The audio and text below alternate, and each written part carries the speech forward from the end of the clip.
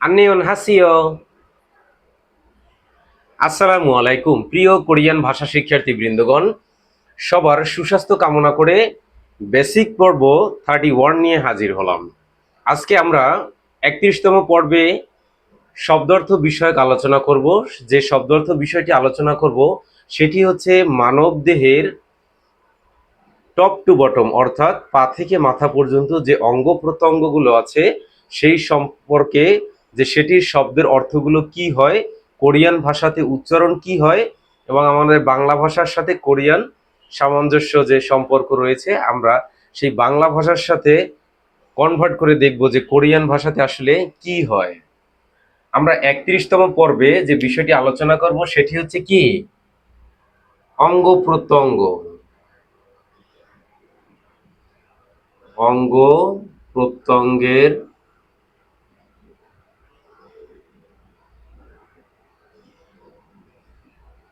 নাম। আমরা আজকে কি বিষয়ে আলোচনা করব? মানুষের যে মানবদেহের অঙ্গ প্রত্যঙ্গ রয়েছে সেই অঙ্গ প্রত্যঙ্গের নাম সম্পর্কে যে শব্দ অর্থগুলো আছে সেটা আমরা দেখব। এখানে একটি চার্ট করে রেখেছি, আপনারা একটি স্ক্রিনশট নিয়ে নিতে পারেন। পরবর্তীতে আপনি শেখার জন্য বা ট্রেল দেওয়ার জন্য বা আপনি এটি রিভাইজ দেওয়ার জন্য আপনার কাজে আসবে। প্রথমে এখানে রেখেছি, দেখেন, ম ও মু, র ই রি, মরি। খ আ খা, র আ রা, নিচে গ, মরি খারাগ। মরি খারাগ মানে কি? মাথার চুল। আমরা কি বলি? হেয়ার। বাংলায় বলি কি? চুল। তাহলে কোরিয়াতে কি হবে? মরি খারাগ। আজকে থেকে আরেকটি কি হলো? যুক্ত হলো। আপনি কোরিয়ান ভাষা শিখবেন অথচ কোরিয়ান ভাষার যে বাহ্যিক মানবদেহের যে অঙ্গ প্রত্যঙ্গ আছে সেটা শিখবেন না, সেটা কি হয়? তাহলে বাংলায় কি বলতেন আপনি? চুল। হিন্দিতে আমরা যে ওয়ার্ড একটা ব্যবহার করি সেটাও কম বেশি আমরা জানি। সেটার একটি নাম দিয়ে হচ্ছে একটি শব্দ আছে, আমরা সেটি ধাপে ধাপে যাচ্ছি, শিখবো। তাহলে আমি কয়টা জানি? হিন্দির একটি জানি, বাংলায় চুল বলে সেটা আমি জানি, পরবর্তীতে কি ইংরেজিতে হেয়ার সেটা আমি জানি, আজকে কোরিয়ান একটি। তাহলে কয়টি হবে? 4টি। তাহলে মরিখারাক মানে কি? চুল। মরিখারাক মানে কি? চুল। এখন চুল, তাহলে মাথা কি হবে? ম অ ম র ই রি, মরি। শুধু মরি হচ্ছে মাথা, খারাক মানে হচ্ছে চুল। মরি খারাক হচ্ছে চুল, শুধু মরি হচ্ছে মাথা। ন ও ন, নুন। দুইটা সিয়ত, অ নিচে হচ্ছে ব, সপ। তাহলে কি হলো? নুন সপ মানে কি? চোখের ভ্রু। চোখের ভ্রু। তারপর কি আছে? ন ও ন, নুন। শুধু নুন মানে কি? চোখ। চপ মানে কি? ভ্রু। তাহলে চোখের ভ্রু। এখানে দুটো আলাদা আলাদা করে দেওয়া আছে। যদি আপনি শুধু চোখ পড়তে চান, যে কোরিয়ান চোখ, সেটি শব্দের অর্থ কি হবে কোরিয়াতে? নুন। নুন মানে কি?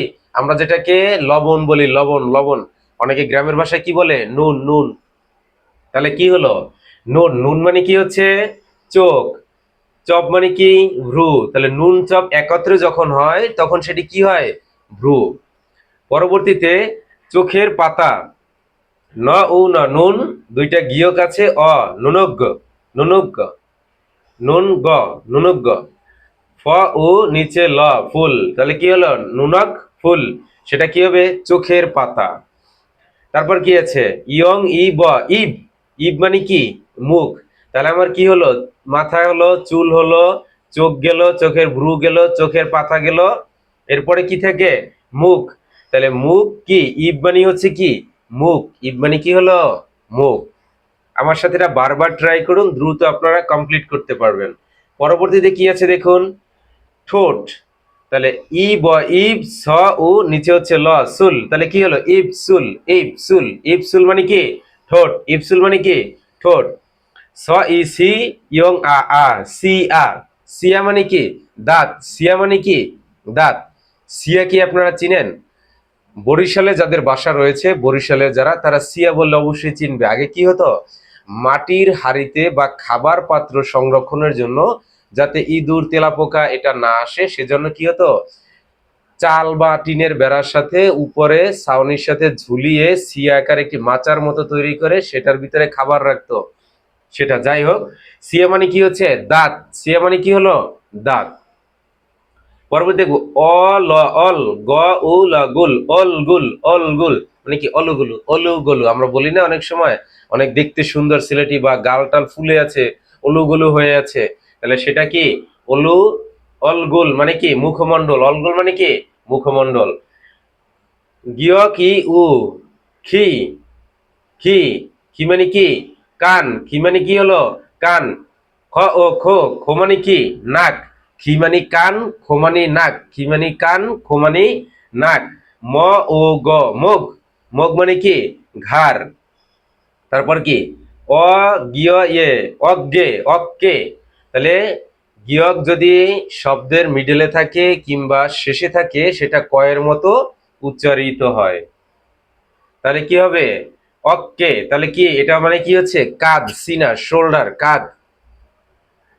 খ আ খা স উ ম সুম খাসুম, খাসুম মানে কি বুক, যেটাকে আমরা বাংলায় কি বলি বুক, আর ইংরেজিতে কি বলি চেস্ট।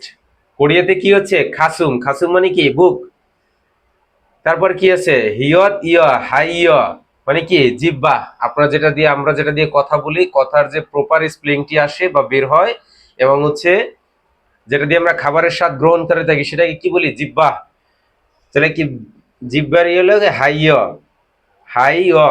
তারপর কি দেখছেন বিয়প ইয় বাই মানে কি পেট, আমরা যে শরীরে যে মানবদেহের পেট রয়েছে, পেট পেট মানে অনেক অর্থ ব্যবহৃত হয়, যে পোষা প্রাণী রয়েছে পেট, এটা কিন্তু বাই পেট এটা হচ্ছে মানুষের শরীরের পেট, যেখানে পাকস্থলী বা খাবার রাখা থাকে তার উপরিভাগের অংশ পেট। ছ অ ন সন, সন মানে কি হলো হাত, হ্যান্ড হাত, আমরা যেটাকে কি বলি হাত বলি, সেটা কি হচ্ছে কোরিয়াতে সন, সনের শব্দ কি হাত। তারপর ট থ ও প বিয়োগ থপ মানে এটা কি হবে উপরে আসলে থইয়তের প্রথম কি হবে ট হবে, তাহলে টপ, টপ মানে কি হলো হাতের নেইল নখ, আমরা যেটাকে নখ বলি নেইল। দিয়ত ই ইয়ং দেউং, দেউং মানে কি পিঠ, আমরা কি বলি ব্যাক ব্যাক, ব্যাক মানে কি পিছন পিঠ। তারপরে কি আছে দেখুন মুরব, ম ও মু র উ বিয়োগ রোপ, মুরব, মুরব মানে কি হাঁটু, হাঁটু আমরা ইংরেজিতে কি বলি নি, নি মানে কি হাঁটু।